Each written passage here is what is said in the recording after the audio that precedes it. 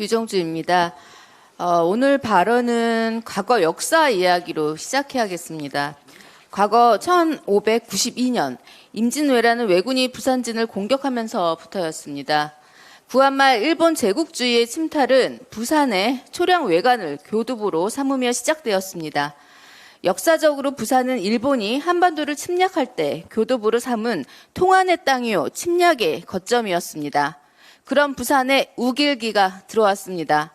그냥 들어온 것도 아니고 내일로 예정된 다국적 해양 차단 훈련인 아테순환 훈련에 참여하는 일본 해상자위대 함정에 달려서 부산 앞바다에서 펄럭이고 있습니다. 과거형이 아닌 현재형입니다. 그런데 아무리 역사 인식이 저열하더라도 이런 일이 벌어졌다는 것에 대해 윤석열 정부와 여당 그 누구도 문제 삼지 않고 있습니다. 예상한 일이긴 합니다. 그중에서도 국방부의 답변은 더욱 가관입니다. 일본의 함정에서 펄럭이고 있는 깃발이 우길기와 형태가 조금 다르다는 이유로 우길기가 아니라고 말하고 있습니다.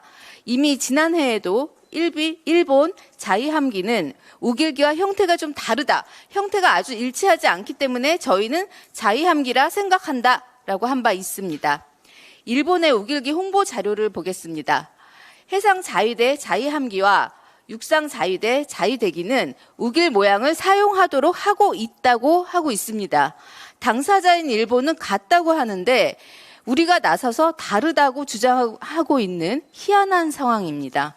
민주당은 지난 2월 순국 선열에 대한 보훈 사업을 보다 더 활발하게 하기 위해 국가보훈처를 국가보훈부로 승격하는 내용의 정부 조직법 개정안에 동의한 바 있습니다. 그런데 윤석열 정부 한편에서는 과거 침략의 상징이 부산 앞바다에 들어온 것에 대해 아무 말 하지 않고 오히려 두둔하고 있는 것입니다. 다음 주 화요일 6월 6일은 현충일입니다.